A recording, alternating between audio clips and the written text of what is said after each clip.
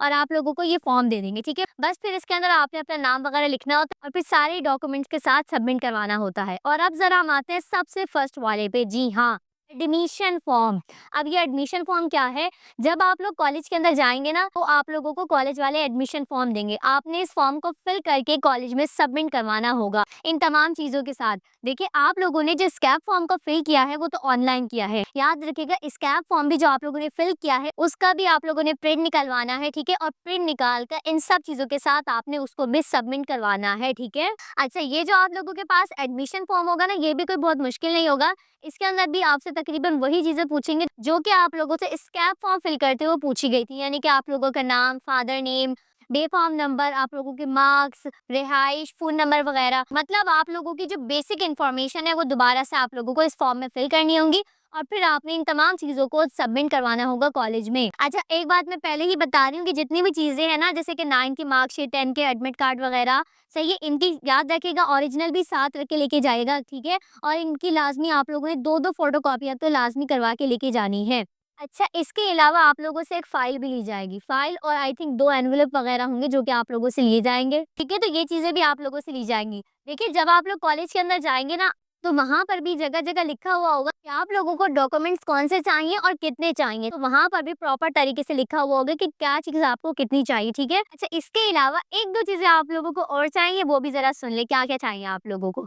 आप लोगों को चाहिए डिटेल मार्क्स या फिर provisional certificate for the last exam पास। अब देखिए, क्योंकि आप लोगों के पास डिटेल मार्क्स तो होंगे नहीं, क्योंकि मैट्रिक का रिजल्ट तो आप लोगों का आया नहीं है, लेकिन आप लोगों को प्रोविजनल सर्टिफिकेट की भी लाजमी जरूरत होगी, ठीक है। क्योंकि इससे ये जाहिर होता है कि आप लोगों ने मैट्रिक का एग्जाम दिया है लेकिन आप लोगों का जो रिजल्ट है वो नहीं आया है, ठीक है।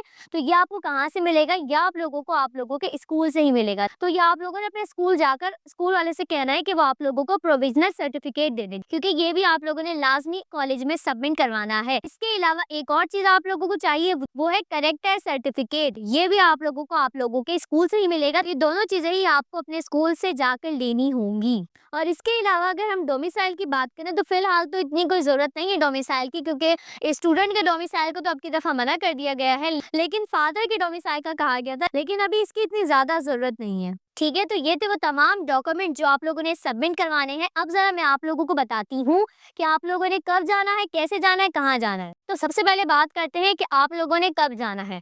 तो देखिए, कॉलेज के अंदर जो काउंटर ओपन होते हैं वो तकरीबन 9 बजे के करीब होते हैं, ठीक है। लेकिन अगर आप लोग 10 बजे, 11 बजे या 12 बजे के करीब जाएंगे तब इतना ज्यादा कॉलेजेस में रश होता है कि आप लोगों को इतनी लंबी लंबी लाइनें धूप के अंदर खड़े होकर अपने फॉर्म को सबमिट करवाना पड़ेगा, इतनी बड़ी ख्वारी उठानी पड़ेगी। इसका सबसे बेस्ट हल ये है कि आप सुबह सुबह कॉलेज में जाएं। जी हाँ, उस वक्त जाएं जब ज्यादातर स्टूडेंट नहीं आए हुए होंगे, यानी कि आप लोग 8:30 बजे या तकरीबन 8 बजे चले जाएं, क्योंकि कॉलेज के अंदर काउंटर खुलने से पहले ही स्टूडेंट्स लाइन लगा के खड़े होते हैं और काउंटर खुला हुआ भी नहीं होता है और बहुत लंबी लंबी लाइंस होती है। तो अगर आप लोग फुआरे से बचना चाहते हैं तो आप लोगों को पहले जाना पड़ेगा। जैसे नादरा ऑफिस नहीं जाते, बहुत लंबी लाइंस होती हैं और लोग सुबह सुबह चले जाते हैं, बिल्कुल इसीलिए आपको सबसे पहले जाना है। और अब जरा हम बात करते हैं कि एडमिशन कब तक ओपन होंगे। तो देखिए, एडमिशन के क्लोज होने की तो आप लोग बात ही नहीं करें, क्योंकि अब जो एडमिशन है ना वो चलते ही रहेंगे। अभी एक डेट आएगी, उसके बाद वो डेट एक्सटेंड होगी और आगे चली जाएगी। तो आप लोग ये तो फिक्र करें ही ना कि हमारा एडमिशन रह जाएगा या फिर हमारा एडमिशन नहीं होगा, क्योंकि ये डेट हमेशा एक्सटेंड होती रहती है। अगर आप लोगों का कॉलेज कंफर्म हो चुका है तो बस आप लोग कल चले जाएं, परसों चले जाएं, या जब मर्जी आप लोग जाना चाहें जा सकते हैं। हाँ, बस फ़र्क ये होता है रोल नंबर का, क्योंकि जो जल्दी जाके एडमिशन करवाएगा उसको जल्दी रोल नंबर मिलेगा और जो लेट जाके एडमिशन करवाएगा उसको आखिरी के रोल नंबर मिलेंगे, लेकिन इससे ज़्यादातर कोई फ़र्क नहीं पड़ेगा आपको।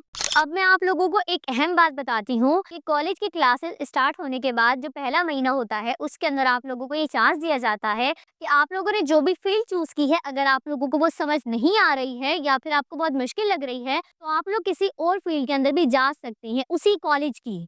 लेकिन अगर ऐसा हो कि आप लोग कहें हमें कॉलेज पसंद नहीं आया कि हम कॉलेज ही तब्दील कर लें, तो उस सूरत में आपको थोड़ी ख्वारी उठानी पड़ती है, क्योंकि आप लोगों को फिर एप्लीकेशन सबमिट करवानी होगी उस कॉलेज की मैडम को भी जहाँ पर आप हैं, और जिस कॉलेज में आप जाना चाहते हैं वहाँ की मैडम को भी आप लोगों ने एप्लीकेशन सबमिट करवानी होगी।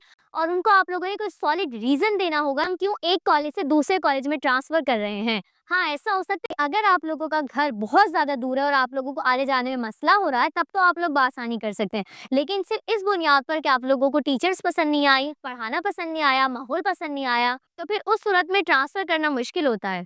तो उम्मीद करती हूँ कि मैंने जितनी भी चीज़ें बताई हैं, वो तमाम की तमाम चीज़ें आप लोगों को बहुत अच्छे तरीके से समझ में आ गई होंगी। अगर अभी भी आप लोगों के ज़हनों में कोई सवाल है, तो फिर आप लोग कमेंट सेक्शन में पूछ लीजिएगा।